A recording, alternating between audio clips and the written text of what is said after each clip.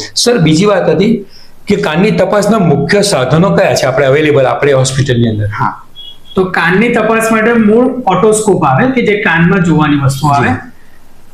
અમે જે લેટેસ્ટ કરીએ છીએ કે અમે એન્ડોસ્કોપનો ઉપયોગ કરીએ અને પેશન્ટને પણ ટીવીમાં બતાવીએ કે જો ભાઈ આ તમારો કાનનો પડદો આ નોર્મલ છે, આ એબનોર્મલ છે, એની અંદર કાણું છે, અંદર મસો થઈ ગયો છે, અંદર ફંગસ છે. સો પેશન્ટને પણ ખબર પડે જોવાથી કે હા કે મારો એક કાન નોર્મલ છે તો બીજા કાનમાં આ એબનોર્માલિટી છે. એના સિવાય જે ઓપરેશન માટે આવે તો એમાં મૂળ અમારું માઇક્રોસ્કોપ આવે કે જેમાં કાનના પડદાનું ઓપરેશન થાય, એટલે પડદાની અંદર જે છિદ્ર પડી ગયું હોય, હોલ થઈ જાય તો એને પૂરવા માટે નવો પડદો મૂકવાનો થાય. કાનની અંદર હાડકીમાં સડો લાગી જાય તો એ સડાને સાફ કરવા માટે માઇક્રોસ્કોપ અને ડ્રીલ એનો યુઝ થતો હોય છે.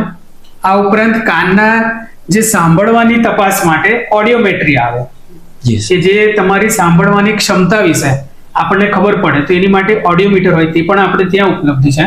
તો કાનને લગતી ઓલમોસ્ટ કોઈ પણ જરૂરિયાત અહીંયા આપણે પૂરી